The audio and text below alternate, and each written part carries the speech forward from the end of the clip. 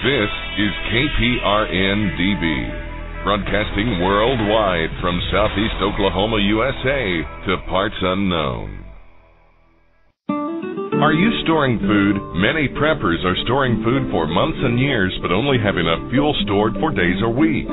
Stretch your fuel storage by harnessing the power of the sun with a sun oven. Food can be baked, boiled, or steamed at temperatures of 360 to 400 degrees Fahrenheit with the power of the sun. Depending on where you are located, you can use the sun for 50 to 80% of your cooking, allowing you to preserve your fuel storage for rainy days. Sun-baked foods stay moister and have less shrinkage and don't burn. Sun-baked roasts are tastier and more succulent, and sun-baked bread has unparalleled taste and texture. Water can be heated in a sun oven for purification or personal hygiene. For the past 25 years, sun ovens have been proudly made in the U.S.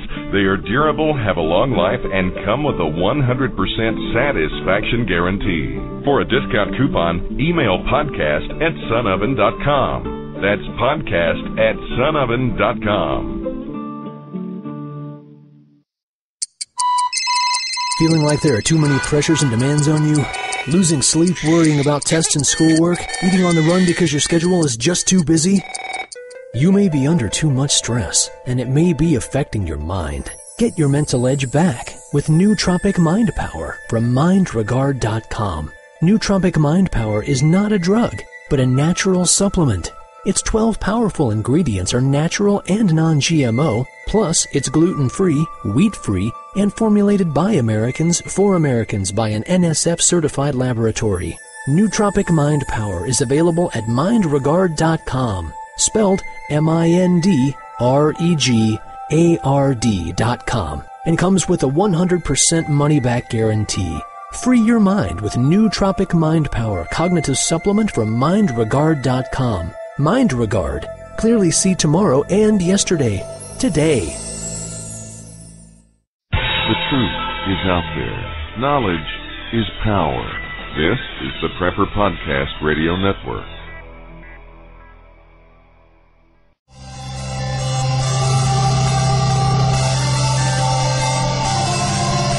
If we were down Greenspan, we ought to just eliminate the debt ceiling. Oh, absolutely. We do.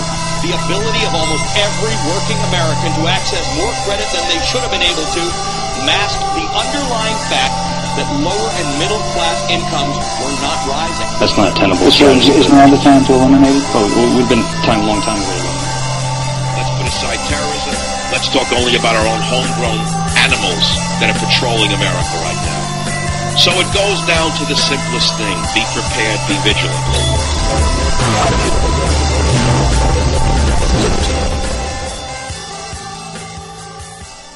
No doofus politician, quote, no classic Motown soul or anything like that.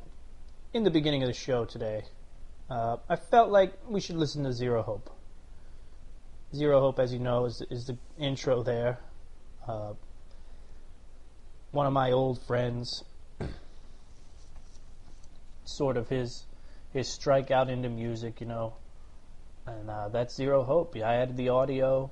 I love the intro, you know, I'm going to be honest with you. I listened to it before I come on, and it just, you know, it riles me up. I put it together for me. It's the things that affect me the most and the things that I believe are wrong with this world. And, you know, Zero Hope. Look them up if you haven't heard them. Great music, great riding music in the car and things like that.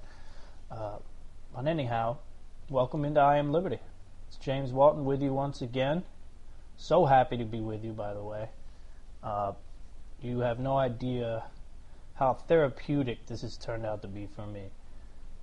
It's an opportunity I'm so glad I took. I took it on a whim. I've told you this story before. And hey, it's worked out great. I've met the most incredible people. We're going to have a show tonight. We're going to have a good show tonight. We've got a lot to talk about. I mean, out there trying to get an interview, man. Nobody wants to interview with me. I don't know what the deal is lately. Everyone's so damn busy preparing for the end of the world, I guess. Can I blame them? No, not really. Things are only getting worse day by day, it seems like. On the home front and the community level, we're making progress, you know. But it seems like that national level, that government level, that whole mindset up there, it just keeps getting worse and worse. Could it be their passive-aggressive way of telling us to get prepared? You know, I told you the story about 1929, planning the Liberty Gardens, you know, and the president came out and said, you know, let's get together, let's plant some food, hard times are ahead. We're going to talk about that a little later. We're going to look at the juxtaposition between that president and the current president. I'm going to talk about the president a little bit today. I feel like some things are getting missed, and, you know, I said I wouldn't talk much politics. I said I wouldn't talk a lot of news this year. I wanted to talk solutions, but tonight, I feel like talking. I do. I feel like talking about those issues that are near and dear to my heart because they're in the news. You know, so why don't we talk about them? I'm a voice. I hope I can be a voice that you guys can relate to and enjoy hearing the things that you guys, you know, most of you already know. But, you know, a different mindset, a different angle, and a different recommendation on how to deal with said things. So, in other words, we're going to do the topic breakdown like we always do. We're going to talk about water today. Not storing it, not drinking it, not swimming in it, but we're going to talk about another phenomenal, by the way, article by our man at the economiccollapseblog.com. Rather, economiccollapseblog.com, hash the THE before it. The least I can do, this guy, Michael, he is a phenom. He's going to be on the show. He's actually putting a novel out. Once the novel comes out, I think it's in April, he's going to come on the show and promote that bad boy. So it's a long time coming, man. I've been begging this guy to come on the show for a long time.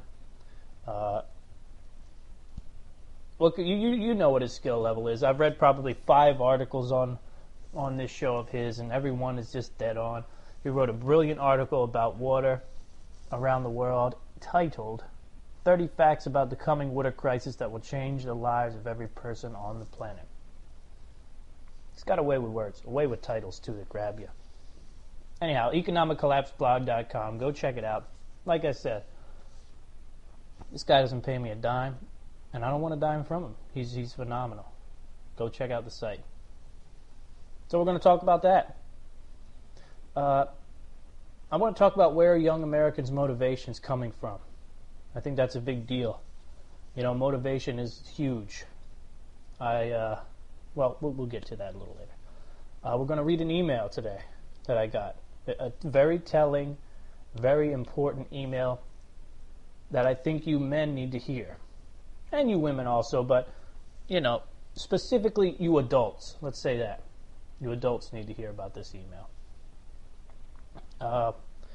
And like I said, we're going to talk a little bit about what's going on, why our president is never in trouble. I have to talk about it a little bit. You know, we have to look into that. In that, we're going to talk about where his message should be, how it should be more in line with what our message is here at the Prepper Podcast Radio Network, how rough times are ahead, coming, and the message that a good leader would be giving at a time like this. They have their own plans, their own agenda, you know that. He's been through the ringer, this guy. He's done almost everything he could do to make you double take the way you look at our country. We're going to go over some of that. And then we're going to talk about how we box him out and get ourselves ready. Because effectively, that's all we can do. Waiting on Washington, they're going in such a backwards direction. Well, actually, they're probably just chasing their tails. They're running in circles, really. So, like I said, it's up to communities. It's up to the people. The American people make this thing go. That's it. Like I said in the last show, which was also a great show, I want to say. I don't mean to toot my own horn. Previous show was nice. I was just in a groove there. It was a warm, comfortable groove. That's all. But like I said in the last show, America is the main event. We're asleep behind the wheel right now, and other people are waking up and taking control of the vehicle. We need to wake up. And remember, America is the main event. They all look to us. If we can get things on the right track, we can get a future for our children, grandchildren, whatever, that they're going to love. You know what I mean? I look into the future now, and it's frightening. Finally, we're going to talk about quick pickles. I know that's a goofy word, quick pickles. It's just... it's somewhat a technique, somewhat not. What it is basically is something that happens in the restaurant industry a lot. You know, in the restaurant industry, we don't can food for months and months on end.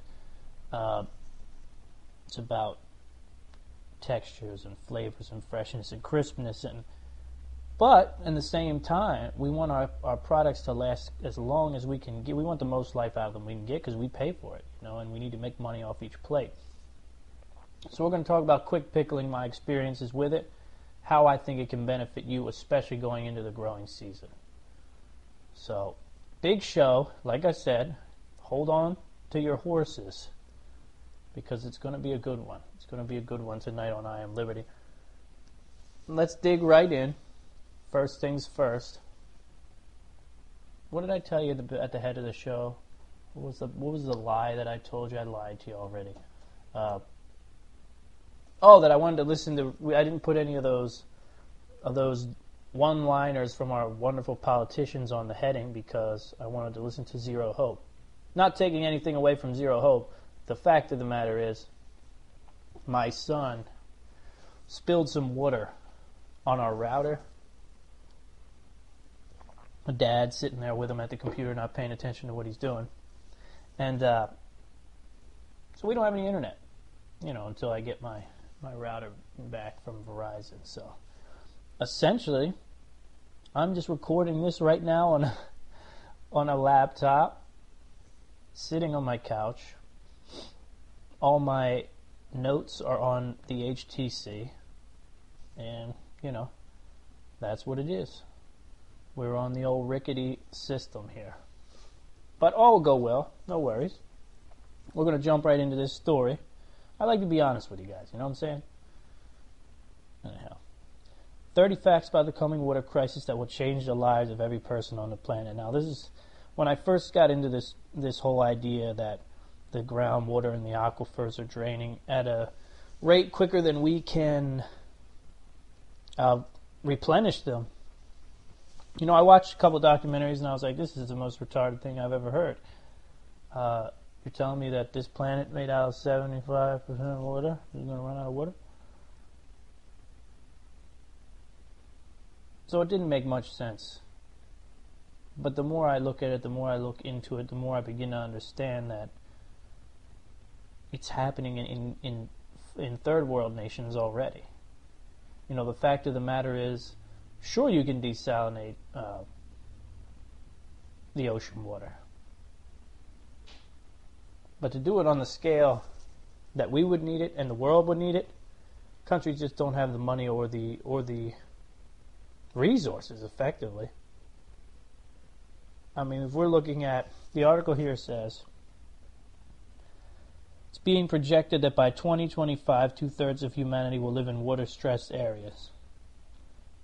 So if you're looking at almost 10 years down the line, our biggest, if we were going to power big boilers to distill ocean water, first of all, who knows what type of effect that would have on the oceans? But then again, in 10, 15 years, who knows if the oceans are going to even have any food in them? You know, at the rate that Fukushima's going and the way we're polluting. I don't like to go into the eco-maniac mind frame, but you look around, you see that we're basically defiling the planet. You know what I mean? You have to be an ignoramus not to understand where we're making our mistakes, and we're going to talk about how to combat that a little later. Or, you know, the way that